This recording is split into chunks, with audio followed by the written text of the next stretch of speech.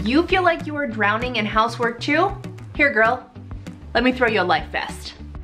If there's one thing I have learned as both a homeschool family and now a family of 5 that has been stuck in quarantine for months on end, it's that keeping a tidy home with 5 bodies in my house at all time is not a task for the faint of heart. We are talking laundry that has literally quadrupled because my children feel it necessary to change outfits 82 times a day. We are talking dirty dishes that have absolutely no concept of chill mode. Seriously, think about it. 3 meals times 5 humans plus bottomless snacks means endless dishes. And with those dishes come crumbs. So many crumbs. We're talking strewn toys that I swear to you have the ability to multiply when I'm not looking.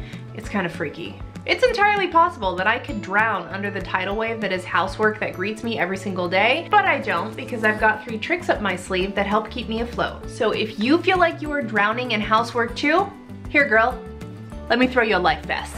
Trick number 1 is to involve your tiny helpers. This has been an absolute game changer as far as cleaning up in our household. For one thing, it teaches kids how to clean up after themselves when you involve them in the cleanup process. I mean, how do you expect a 2-year-old to learn how to clean up after herself if you're not setting the example by showing her how to do it? My 6-year-old is an awesome helper. She follows direction well, she knows how to clean up, she knows when to clean up, she's very independent in that way.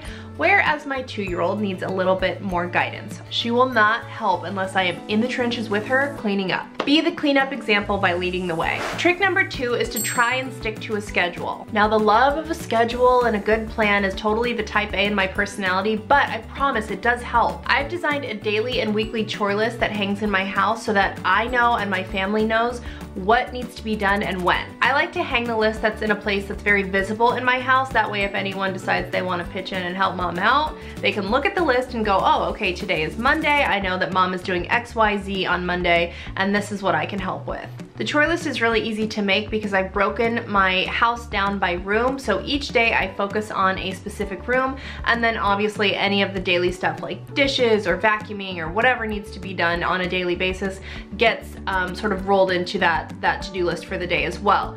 But I focus on a different room each day, and then so I don't have to print off a new list every single week, I've just printed off a master list and then put it in a page protector, and then I use a wet erase marker to check off any of the tasks that have been completed, and then I can just wipe it away at the end of the week, and voila, I've got a fresh list and lots of chores to do at the beginning of a new week.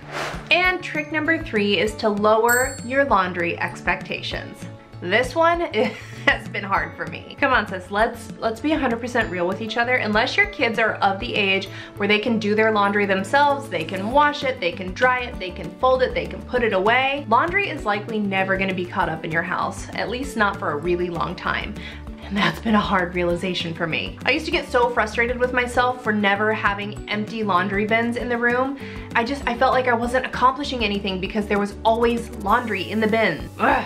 Still frustrates me to this day a little bit. But then after I had my 3rd baby and realized, listen sis, you just cannot do it all, and is laundry really the end all be all, make it or break it moment of your day? Like, am I gonna go to bed at night weeping and feeling like a failure because I haven't finished all the laundry in a single day?